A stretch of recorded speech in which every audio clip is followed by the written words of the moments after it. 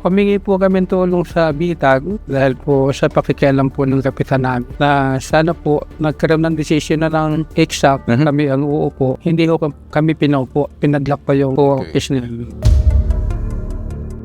May karapatan ba ang sino man ipadlock kung may pa-issue patungkol sa eleksyon? Karapatan ang sino man na magpadlock po ng opisina. Ayun. Linawin lang po nila kung sino po talaga yung po posisyon. Kasi sa ngayon po, wala pong kinikilala sa Sierra Monte kung sino kasi magulo sila. I want you to unlock, tanggalin yung padlock as per yung kausap nating abogado. Sila lang may karapatan dyan. And then kung maaari, let them go inside the office. As far kung sino kinikilala o sino hindi, wala na po kayong pakialam dahil privado na po yan. Kap, gampanan mo ang trabaho mo bilang isang kapitan, kahinalal ka dyan ng bilang ama ng barangay, hindi ama ng asosasyon. Never interfere kasi sa kanila yon. Live sa studio, papakita po natin sila. Ito po sila, ayan, si Eduardo Francisco, Presidente, si Eduardo, okay? Ayan, okay, si Ramil Rojas, Vice President Christy Cala, si Greg Garcia, Jessica Ocon. Sila po yung mga member ho ng sinasabing Homeowners Association. Anong narareklamo ni Kapitan at bakit parang sinara ng kanyang miyembro? Ano bang issue rito? Parang may nangingialam. So, at bakit kayo pumunta sa amin?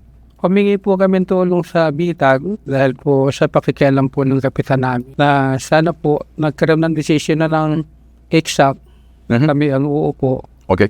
Hindi ko kami pinaupo, pinadlock pa yung Pinadlap. po office nila. Sa linya ng telepono, ito, importante malaman natin, Carl. Alang-alang doon sa sinasabing patas na pamamahayag kasi kami babalanse po kami rito. Si Kapitan Frankie Lemsen, live po tayo, Barangay Silangan, San Mateo, Rizal. Magandang umaga sa iyo, Kap Frankie Lemsen. Magandang umaga po. Magandang umaga sa iyo. Kap, medyo narereklamo raw po natin kayo rito dahil sa pakingialam ho ng inyong barangay sa ito ho'y eleksyon daw ng Homeowners Association and Tierra Monte Homeowners Association. Alam niyo po, halos 60 associations po meron dito sa barangay ko, no? So, parang Parang nakikialam pagdating po sa mga asosasyon. alright. Ang sinasabi po nila, yung tao niyo raw ho ata na parang hindi daw nanalo sa eleksyon, ay pinadlock daw po ata yung kanilang, Homeowners Association. Sa anumang kadahilanan, kaya kami nagtataka, kaya kami tumawag muna sa inyo. Baka tao niya raw ata, dikit daw sa inyo. Itong nirereklamo nilang nagpadlock ng kanilang Homeowners Association. Ang nananong asosasyon sa Sierra Monte, open naman po dito sa barangay, magpakita lang po sila ng mga kaukulang dokumento, mag-courtesy call po sila sa barangay, at lahat naman po ng asosasyon dito ay tinatanggap ko. Okay. Sa barangay, wala po tayong pinipilit. Mabilisan lang, Kap. Ano pong issue at ano po nating solusyonan to, Kap? Nagkaroon na po sila ng paghaharap Okay. sa dito at saka sa HEDSA. Ano Okay. po gawin yung kanilang Okay. paghaharap doon? Sabi ko nga po kung sino po sa kanila ang nanalo. No, magpakita lang po ng ebidensya rito sa barangay, wala naman pong problema sa akin. Pero Kap, may tatanong lang po ako, Kap. May karapatan ba ang sino man ang talo na pwedeng ipasara, ipadlock yung opisina ng mga opisyalis na to? Yung ginagamit po kasi nilang opisina, yan po ay multipurpose po yan. Pinagawa ng gobyerno, hindi naman po privado. Okay. Okay. So yung multipurpose po na yun, Alright. nasa pangangalaga po ng barangay. Alright. Sige, Kap. Nakuha ko na, Kap. Pasagutin natin, Presidente. Mr. President, Mr. Francisco, ano sa inyo? Ang nangyari po dyan sa basketball court po namin at saka po yung office na ginagamit namin noon, yan po ay hinihingi ng dating presidente kay Governor Inares ng sponsor para mabubungan. Ibig sabihin, dinonate yan.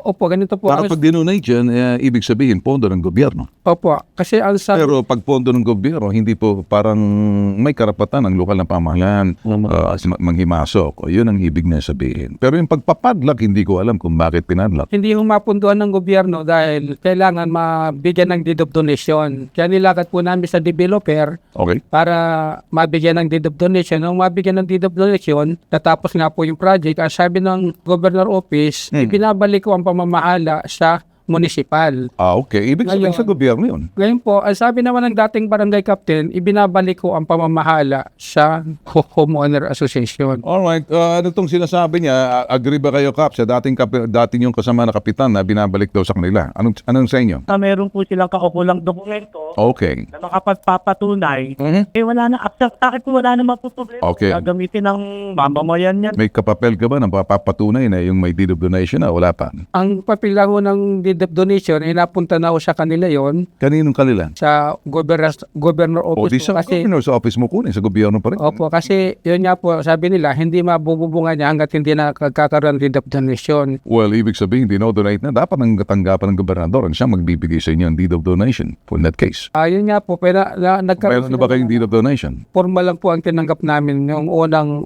Anong tinanggap niyo? Verbal? susi po ang tinanggap ng homeowner. So wala kayong pinarmahan na deed of donation? Doon po nagkamali ang Okay. Pakinggan natin naman. Eto, Carl, mas maganda siguro. Alamin muna natin dahil nakikita sa ating ngayon ng Chief Regional Adjudication, ang Human Settlement Adjudication Commission or HSAC. Sa linya ng telepono si Attorney Harold Alcantara. Attorney Alcantara, magandang umaga po sa inyo, sir. Magandang umaga sa may kapangyarihan ho kasi ang isang HOA, yung Homeowners Association. Sila pagkaroon rin ng opisina. Na ang nakakalaga pa rin po is yung Homeowners Association. Ang nakakalaga po is yung ang HOA pa rin. Kaya lang po dinodonate sa gobyerno yung mga open spaces para lang ito hindi magbabayad ang HOA ng milyar. Okay. May karapatan ba ang sino man ipadlak kung may pa-issue patungkol sa eleksyon? Karapatan ang sinman magpadlak po ng Ayun. Kasi parang lumalabas, sir, parang pinadlak daw ng isang tauhan ng barangay dahil sa kanila raw yung sinasabing ano. Actually po sir, ang may karapatan lang na mag-utos na magpadlak ay ang aming opisina. Okay. Porte po ng Okay. Homeowners Association. Malinaw, sir. Maraming salamat po sa inyong paglilinaw o educational, informational po yan para sa mga mamamayan po natin sa Luzon, sa Visayas at Mindanao na nakikinig po sa atin ngayon, sir. Kap, kung nakikinig ka, Kap, siguro sinabi na ng ito, gobyerno. Medyo, wag niyo na pong padlak at hindi na po kinakailan ng forum sa inyo kasi dinonate na yan. At siguro pakisabi na rin doon sa taong nagki-question, kung ano mang question, bahala na doon sa parting yan. Sa amin lamang, gusto po nilang magtrabaho bilang mga residente sa parting yan.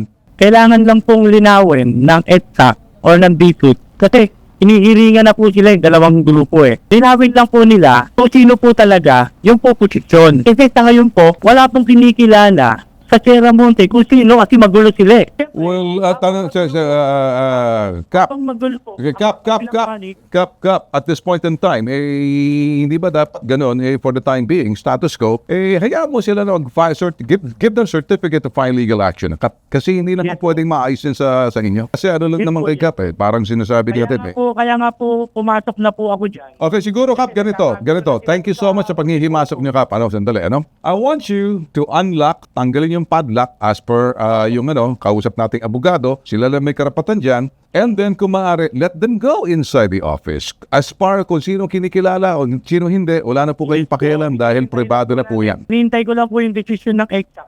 Well, sinabi lang ng EDSA na buksan mo kanina lang. Sir. Hindi mo ba alam, kausap na namin yung HSAC? Sir Ben, bukas na po yung kasi Okay, good. Kung gano'n, Kap, ano po ngayon yun, ALT? Ginawa po natin eskwelahan ng ALT natin. multipurpose, pwede rin sila pumasok doon. Yes po! Ayun, okay, sige. Okay, malinaw na po, Kap, ha? Sa pakisabi na rin na wala nang padlak sa lugar, ha? Wala po. Alright, sige. Okay na, Kap. Okay na sa atin. Wala nang pag-usapan pa. Wala po na yung pinadlap dyan. Ang basketball court, sila daw mamamahana dahil dinonate na ng LGU. Pwede ba, Kap, walang padlak? Maliban na lamang sa oras ng paglalaro. Sir Ben, Kap, gampanan mo ang trabaho mo bilang isang kapitan kahit nalal ka dyan ng bilang ama ng barangay, hindi ama ng asosasyon, ng pribadong asosasyon na meron silang, rights na pangasiwahan ang isang pribadong homeowners association. yes po, kaya nga po. Okay, then follow what I'm saying, Kap. Follow what I'm saying. I'll respect your position bilang kapitan sa barangay. Respect their position bilang din sa loob ng kanilang homeowners association. Never interfere kasi sa kanila yon. Kailan yan Ngayon, kaya kasi sinabi mo kanina, Kap, hindi sila nanalo, who are you to say that? Hindi naman ikaw yung proper form. Bali, dalawa- Pakialaman mo ang barangay mo. Yes, Maging balanse ka sa sinasabing asosasyon. Well, yung huli ko nun sasabihin is tandaan nyo yung sinabi ng HISAC. May sinabi sila na merong ginawa na silang fine at umani pagparusa dito sa barangay dahil bawal mag-lock ng mga sinasabing areas na yan. Dahil unang-una kahit sabihin niya na barangay ang nagme-maintain or what, it's still government funds. So public dapat ang gumagamit yan. So parang ganun na aking po masasabi yun. Okay, you got it? Okay na. Abangan na natin to, no? Well, ito po ang mas pinalakas, pinalawak, pinatapang. Subukan yung makisubukan. Ang bagong ipinabitag mo, helpdesk.